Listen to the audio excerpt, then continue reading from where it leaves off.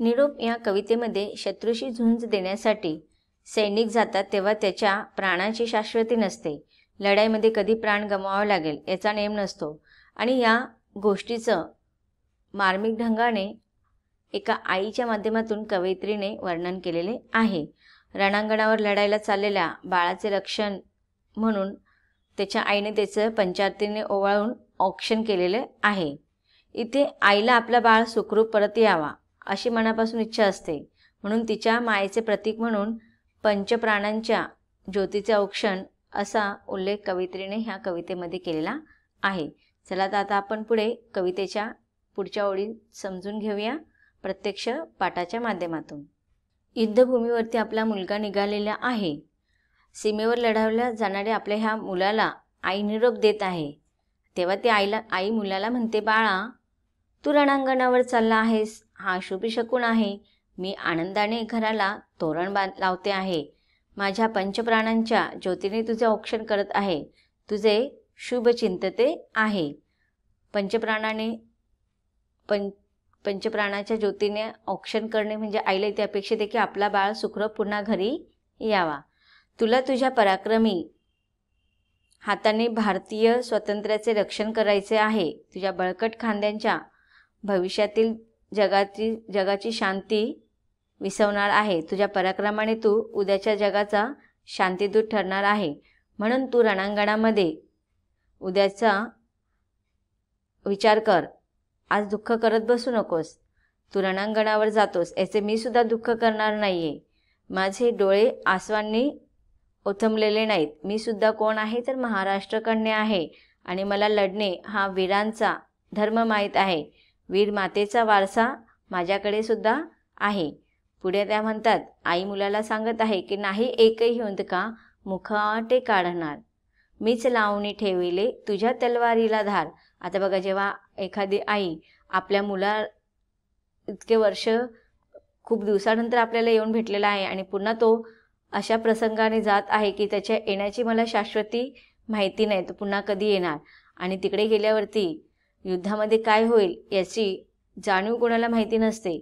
म्हणून ती म्हणते की मी एकही हुंदका काढणार नाही. हुंदका काढणे म्हणजे गहिवरणे किंवा रडणे. मुखावाटे म्हणजे तोंडातून मी एकही तुला थांबवण्यासाठी शब्द काढणार नाहीये. मीच लावणी ठेवली तुझ्या तलवारीला धार. आता युद्ध करायचं असेल तर रणांगणामध्ये आपल्याला तलवार हवी असते आणि तलवार कशी पाहिजे असते, तीक्ष्ण पाहिजे असते, धारदार अशी तलवार लागते. आता अगोदरच्या काळामध्ये युद्ध करण्यासाठी तलवारीचा उपयोग केला जात होता, पण आता सीमेवरती युद्ध करत असताना मोठ्या मोठ्या बंदुकीचे अनेक वेगवेगळे प्रकार असतात. म्हणून इथे आई सांगत आहे की तलवार प्रतीकाच्या रूपामध्ये वापरलेला आहे, की आई सांगत आहे की मी तुझ्या शस्त्रांना युद्धावरती लढण्यासाठी जे काही तुझे शस्त्र वगैरे आहेत त्यांना मी स्वतः व्यवस्थित धार वगैरे लावून ठेवलेले आहे. म्हणजे मी ते बंदूक वगैरे जर असेल तर ते बंदूक पुसून वगैरे ठेवलेली आहे. म्हणजे तुला सगळं शस्त्रानिशी मी तयारीनिशी तुला मी तिकडे पाठवणार आहे. अशुभाची साहुलीही नाही पडणार येथे. अरे मीही सांगते ना जिजा लक्ष्मीशी नाते. आता ती सांगते की तुझ्याबरोबर कोणत्याच प्रकारची सावली म्हणजे सावली तुझ्यावरती कोणत्या प्रकारचे संकट येणार नाही. अशुभाची सावली तुझ्यावरती पडणार नाही. कारण की मी पण जाणते, मी सुद्धा ह्या महाराष्ट्राची कन्या आहे आणि जिजामातेने आणि लक्ष्मी म्हणजेच राणी लक्ष्मीबाई, झाशीची राणी लक्ष्मीबाई यांनी सुद्धा काय केले होतं, आपल्या देशाच्या रक्षणासाठी आपले सर्वस्व अर्पण केलेलं होतं. जिजामातेने तर शिवाजीराजांसारखा छत्रपती घडवला आणि ज्याने मराठी साम्राज्य स्थापन केलं आणि आपल्या देशाचं रक्षण केलं. तसंच राणी लक्ष्मीबाईंनी सुद्धा काय केलं होतं, पतीच्या मृत्यूनंतर तिने आपल्या स्वराज्याचं रक्षण केलं आणि त्याच्यासाठी तिने जीवाच्या आकंतांडवाने अंतिम क्षणापर्यंत तिच्या जीवामध्ये जोपर्यंत जीव होता तोपर्यंत ती युद्ध करत राहिली शत्रूबरोबर. त्याचप्रमाणे मला सुद्धा ह्या वीरमातांचं इतिहास माहिती आहे. आपल्या इतिहासामध्ये आपण वाचतो की अनेक राजे महाराजे होऊन गेलेले आहेत, तशाच अनेक शूर मातासुद्धा होऊन गेलेल्या आहेत. त्यांनी प्रत्येक वेळी आपल्या देशापुढे आपले स्वतःचे स्वार्थ बाजूला ठेवले, स्वतःचा आनंद सुख दुःख बाजूला ठेवलं आणि देशाच्या स्वतंत्रतेसाठी किंवा देशभक्तीसाठी त्या एकरूप होऊन त्यांनी आपलं सर्वस्व अर्पण केलेलं आहे.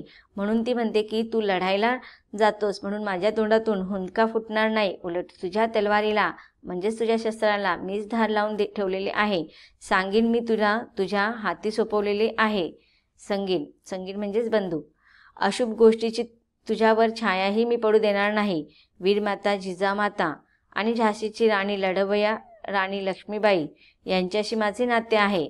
पुढे त्या म्हणतात की तुझ्या शस्त्रांना, पुढे ही जननी ही माता आपल्या मुलाला, सैनिक मुलाला म्हणत आहे की तुझ्या शस्त्रांना अस्त्रांना शक्ती देईल भवानी, शिवरायाचे स्वरूप आठवावे रणांगणी.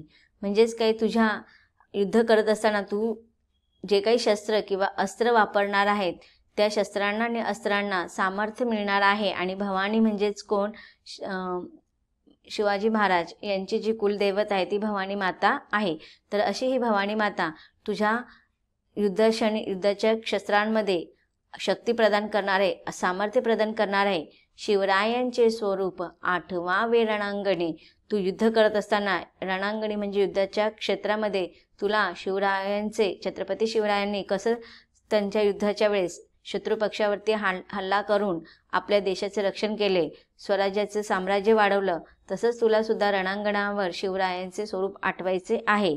आता सगळ्यांना आपल्याला माहिती आहे की आपली भारतभूमी जी आहे ती वीरांची भूमी मानली जाते.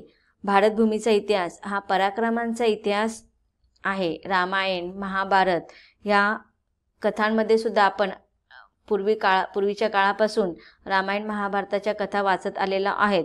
आणि ह्या कथांमध्ये आपल्याला हा संदेश मिळतो. दुष्टांना सजा देण्यासाठी प्राचीन काळापासून या भूमीमध्ये प्रबळ योद्धे निर्माण झालेले आहेत. या भारतवर्षावर अनेक परकीय सत्तांनी आक्रमण केलं होतं, पण तेव्हासुद्धा अनेक वीर, अनेक देशभक्त धैर्याने आणि शौर्याने त्या शत्रुपक्षाला त्यांनी परतवून लावले आणि आपल्या मातृभूमीचे रक्षण केले. अशा ह्या वीरांची ही आपली भूमी आहे.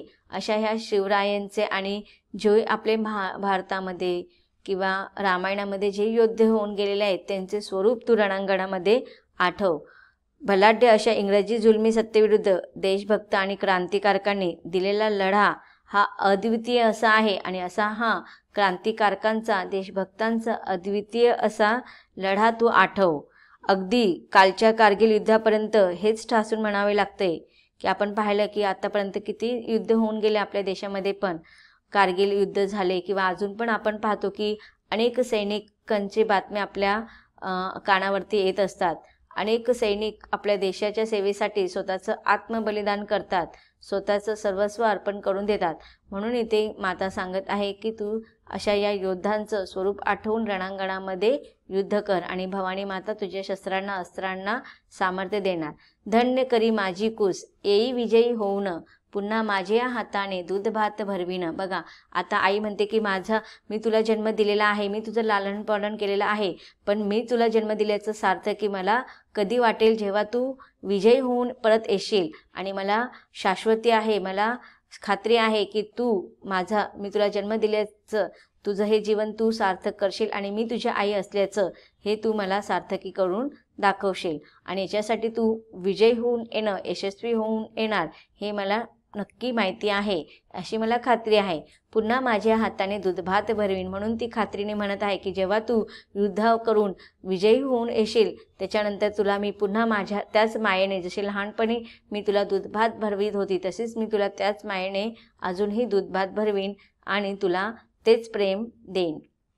इथे आईचा कणखरपणा आपल्याला पाहायला मिळतोय की रणांगणावर जाणाऱ्या पुत्राला निरोप देणाऱ्या आईचे गलबललेले मन एकीकडे, गहिवरलेले मन एकीकडे दिसते, पण तेवढ्याच ताकदीचे तिच्या मनाची कणखरपणा सुद्धा आपल्याला ह्या कवितेच्या ओळींमधून पाहायला मिळतं.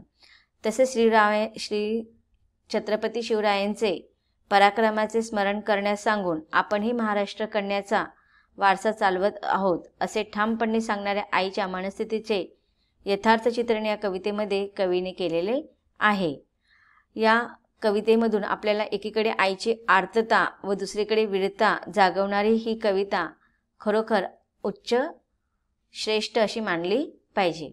आता या कवितेच्या ओळीमध्ये आलेल्या कठीण शब्दांचा अर्थ आपण समजून घेऊया आणि त्यानंतर कवितेखालील स्वाध्याय अभ्यासूया. विद्यार्थी मित्रांनो, कवितेमध्ये आलेल्या कठीण शब्दांचा अर्थ समजून घेऊया. हुंदका गहिवर, मुखावाटे तोंडातून, अशुभ वाईट गोष्ट, सावली सावली, माझ्या माझ्या, औक्षण पंचार्थीने ओवाळणे. या कवितेमध्ये आलेले वाक्यप्रचार आणि त्यांचे अर्थ समजून घेऊया. निरोप देणे, जाण्यासाठी परवानगी देणे, अशुभाची सावली पडणे, विपरीत घडणे, अमंगल घडणे, कुशधन्य करणे, जन्म सार्थकी लागणे. आता या पाठाखालील स्वाध्याय आपण अभ्यासूया. स्वाध्यायामधील पहिला प्रश्न आहे प्रश्न क्रमांक 1. योग्य पर्याय निवडा व विधान पुन्हा लिहा. कवितेतील आई आपल्या मुलाला औक्षण करत आहे कारण त्याचं पुढे तुम्हाला 4 विकल्प दिलेले, उत्तर शोधून तुम्हाला लिहायचे. पहिला आहे 1. मुलाचा वाढदिवस आहे. 2. तो रणांगणावर जाणार आहे. 3. त्याने रणांगणावर शौर्य गाजवले आहे. 4. त्याने क्रीडा स्पर्धेत नैपुण्य प्राप्त केलेले आहे. तर याचं उत्तर काय येणार आहे? विकल्प क्रमांक 2, पर्याय क्रमांक 2, तो रणांगणावर जाणार आहे. मग इथे तुम्ही ते उत्तर लिहायचं आहे आणि त्याच्या खाली पेन्सिलने छानपैकी अंडरलाईन करायचे आहे, म्हणजे तुमचं उत्तर काय आहे ते पर्यवेक्षकांना दिसेल.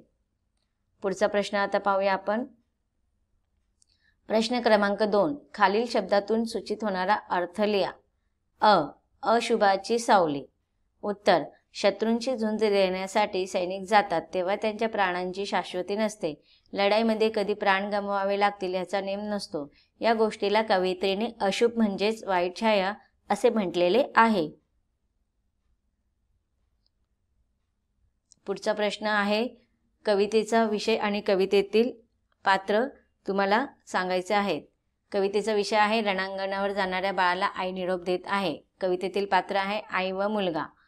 पुढे आहे कवितेत उल्लेख आलेला थोर व्यक्ती, आईने व्यक्त केलेली इच्छा. त्याच्यामध्ये तुम्हाला लिहायचं आहे कवितेत उल्लेख असलेल्या थोर व्यक्तींची नावं म्हणजे जिजामाता, राणी लक्ष्मीबाई आणि शिवाजी महाराज. आईने व्यक्त केलेल्या इच्छा, विजय होऊन आल्यानंतर माझ्या हाताने दूध भात भरवीन. पुढचा प्रश्न आहे तुम्हाला स्वमतवरती आधारित आहे. तुझ्या शस्त्रांना अस्त्रांना शक्ती देईल भवानी, शिवरायांचे स्वरूप आठवावे रणांगणी. या काव्यपंक्तीतून व्यक्त होणारा अर्थ स्पष्ट करा. उत्तर. रणांगणावर लढायला जाणाऱ्या बाळाला धीराने निरोप देताना आई म्हणते, तुझ्यावर अशुभाची सावली पडणार नाही. तू लढताना श्री छत्रपती शिवरायांचा पराक्रम आठव. त्यांनी हिंदवी स्वराज्य स्थापन करताना जे शौर्य दाखवले त्याचे मनोमन स्मरण कर. पुढे उत्तर कंटिन्यू आहे. शिवरायांच्या कर्तृत्वाला जसा भवानी मातेने आशीर्वाद दिला होता तसाच तुझ्या शस्त्रांना अस्त्रांना भवानी माता शक्ती देईल. बाळाला निरोप देताना विकल न होणाऱ्या वीर मातेचे दर्शन व तिची मनोकामना या ओळीतून व्यक्त होते. पुढचा प्रश्न आहे धन्य करी माझी कूस, येई विजयी होण, पुन्हा माझ्या हाताने दूधभात भरविण. या काव्यपंक्तीतील भावसौंदर्य स्पष्ट करा. उत्तर. रणांगणावर लढायला जाणाऱ्या मुलाला निरोप देताना या कवितेतील आई दुःखी होत नाही. तिला स्वतःच्या बाळाच्या पराक्रमावर विश्वास आहे. ती महाराष्ट्र कन्या आहे, वीरमाता आहे. काही अशुभ घडणार नाही याची तिला खात्री आहे. शिवरायांचे स्वरूप आठवून झुंज दे व भवानी मातेचा वरदहस्त तुझ्यावर आहे हे मनात ठसव, अशी ती निर्धाराने सांगते. आपला बाळ विजय होऊन घरी नक्की पोहोचेल. तो विजय होऊन येईल तेव्हा आईला आपण बाळाला जन्म दिल्याचे सार्थक होईल. मग ती त्याला लहानपणी जशी प्रेमाने दूधभात भरवायची तशी ती आताही भरवील. आईच्या बाळाच्या कर्तृत्वावर असलेली खात्री आणि शाश्वत निरंतर माया व ओळीतून दिसून येत आहे. पुढील स्वमतवरती आधारित प्रश्न आहे. कवितेतील वीर मातेच्या भावना तुमच्या शब्दात लिहा. उत्तर. रणांगणावर लढायला जाणाऱ्या बाळाला निरोप देणारी कवितेतील आई ही सामान्य आई नाही, ती वीर माता आहे. ती या प्रसंगी आनंदाने घराला तोरण बांधते. पंचप्राणांच्या ज्योतींनी बाळाचे औक्षण करते. ती बाळाला म्हणते, तुझ्या पराक्रमी भाऊंनी या देशाच्या स्वातंत्र्याचे रक्षण तुला करायचे आहे. तुझ्या खांद्यावर भविष्यातील सुखशांती विसावलेली आहे. माझ्या डोळ्यात अश्रू येणार नाहीत की गळ्यात हुंदकाही दाटणार नाही. पुढे उत्तर कंटिन्यू आहे. मी वीरांचा धर्म जाणणारी महाराष्ट्र कन्या आहे. मला जिजाई व राणी लक्ष्मीबाईंचा वारसा लाभलेला आहे. मीच तुझ्या तलवारीला धार लावून ठेवले आहे. तुझ्यावर कोणत्याही संकटांची सावले देखील पडणार नाही. तू शिवरायांचे कर्तृत्व स्मरण कर. माय भवानी तुला शक्ती देईल. विजयी होऊन मग मला तुला जन्म दिल्याचे सार्थक झाल्यासारखे वाटेल. माझ्या हातांनी माझ्या बाळाला मी दूध भात भरवीन. मातृभूमीविषयीचे कर्तव्य, ठाम निर्धार, हिंमत व माये याचे दर्शन या वीर मातेच्या बोलण्यातून व्यक्त झालेले आहे. भारत ही वीरांची भूमी आहे, याबाबत तुमचे मत लिहा. उत्तर: भारत भूमीचा इतिहास हा पराक्रमाचा इतिहास आहे. रामायण महाभारत काळापासून याची साक्ष आपणास मिळते. दुष्टांना सजा देण्यासाठी प्राचीन काळापासून या भूमीमध्ये प्रबळ योद्धे निर्माण झालेले आहेत. या भारतवर्षावर अनेक परकीय आक्रमण झाले, पण ती धैर्याने आणि शौर्याने परतवून लावण्याचे धाडस मातृभूमीवरील वीरांनी दाखवले. बलाढ्य इंग्रजी जुलमी सत्तेविरुद्ध देशभक्त व क्रांतिकारकांनी दिलेला लढा हा अद्वितीय असाच आहे. अगदी कालच्या कारगिल युद्धापर्यंत सुद्धा हेच ठासून म्हणावे लागेल. भारत ही वीरांची भूमी आहे. तर विद्यार्थी मित्रांनो, ही कविता इथे संपलेली आहे. धन्यवाद.